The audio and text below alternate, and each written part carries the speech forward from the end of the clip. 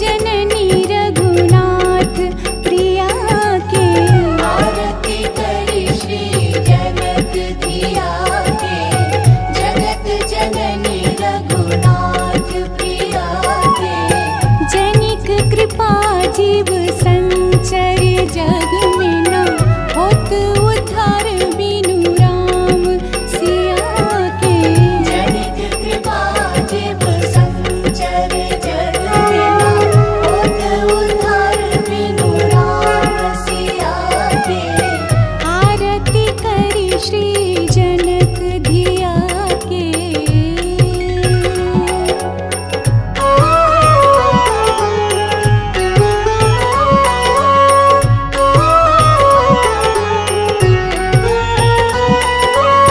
धनुष उठाए राम चिन्हालन, धनुष उठाए राम चिन्हालन।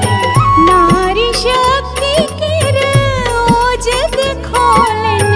नारी शक्ति के ओज दिखालन। अपन प्रभाव भाव सो मैथिली, अपन प्रभाव भाव सो मैथिली। दुष्ट रावण के उद्धार करोलन। दुष्ट रावण के उद्धार करोलन।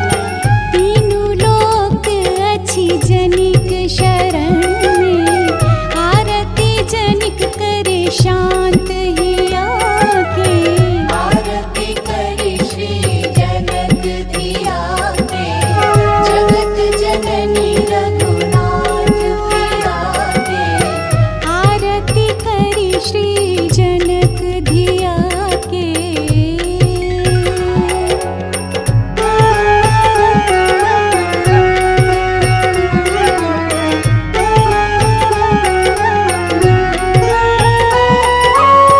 पति से बल बनवास गमोलन।